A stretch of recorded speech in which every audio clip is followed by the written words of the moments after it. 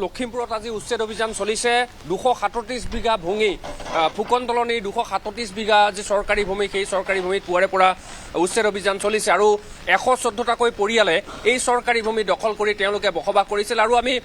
বহুবাৰ বাতৰি সম্প্ৰচাৰ কৰিছিলো কেনেদৰে চৰকাৰী ভূমি দখল কৰি একাংশ ইয়াতে বৃহৎ বৃহৎ পুখুৰী খান্দি মৎস্য উৎপাদনৰ আহিলা হিচাপে লৈছিল আৰু ইতিমধ্যে আমি দেখুৱাইছো যে পুৱাৰে পৰা বৰষুণ দি আছে ধাৰাসাৰ বৰষুণ অব্যাহত আছে তাৰ মাজতে কিন্তু প্ৰশাসনৰ যি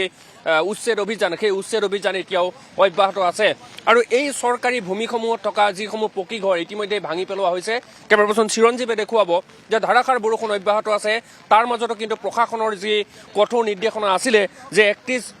জুলাইত তেওঁলোকে ইয়াত জাননী প্ৰেৰণ কৰিছিলে 114টা পৰিয়ালক জাননী প্ৰেৰণ কৰিছিলে যে তেওঁলোকৰ যিসমূহ বাসগৃহ সেইসমূহ খালী কৰিব লাগে বা যিসমূহ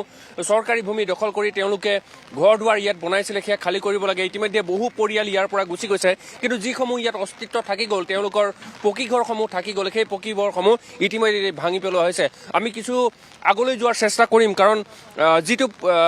পৰিকল্পনা এই চৰকাৰী ভূমি দখলৰ যিটো পৰিকল্পনা তাৰ আঁৰত বহু কিছু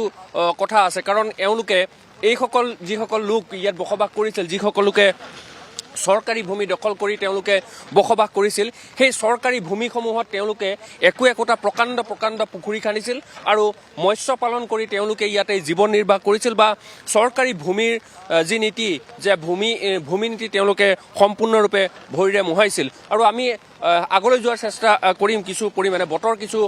প্ৰতিকূল আৰু প্ৰতিকূল বতৰৰ মাজতো প্ৰশাসনৰ যি উচ্ছেদ অভিযান সেই উচ্ছেদ অভিযান কিন্তু অব্যাহত আছে আৰু এই উচ্ছেদ অভিযানে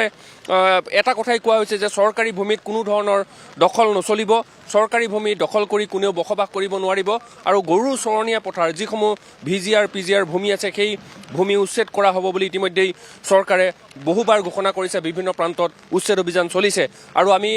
ND24ৰ জৰিয়তে পোনপটীয়াভাৱে দেখুৱাইছোঁ আজি এই ফুকন দলনিৰ যি 237 বিঘা চৰকাৰী ভূমি সেই 37 বিঘা চৰকাৰী ভূমিৰ যি উচ্ছেদ অভিযান ইতিমধ্যে অব্যাহত আছে আৰু আজিৰ দিনটোতেই 237 বিঘা ভূমি সম্পূৰ্ণৰূপে বেদখলমুক্ত কৰাৰ সংকল্প লৈছে লখিমপুৰ জিলা প্ৰশাসনে আৰু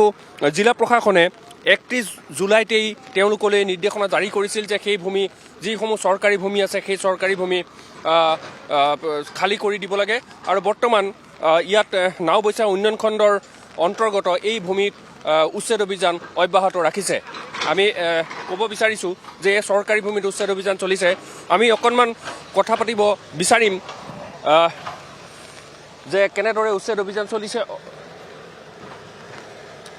অকণমান আমি জনাৰো চেষ্টা কৰিম যে কেনেদৰে উচ্ছেদ অভিযান চলিছে কেতিয়াৰ পৰা এই উচ্ছেদ অভিযান চলিছে আৰু আমি যি তথ্য লাভ কৰিছোঁ যে পুৱা 5 বজাতে ইয়াতেই প্ৰশাসনৰ লোক উপস্থিত হৈছে বা যিসমূহ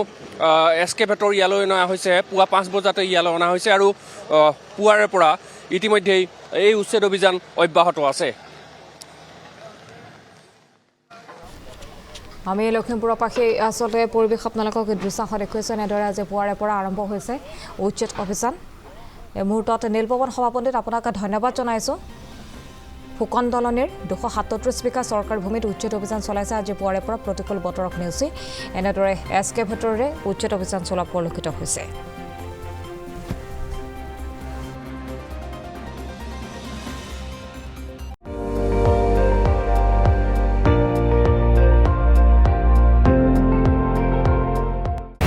আপুনি চাই আছে ND24 সৰ্বশ্ৰেষ্ঠ নহয় সৰ্বোত্তমৰ দৌৰ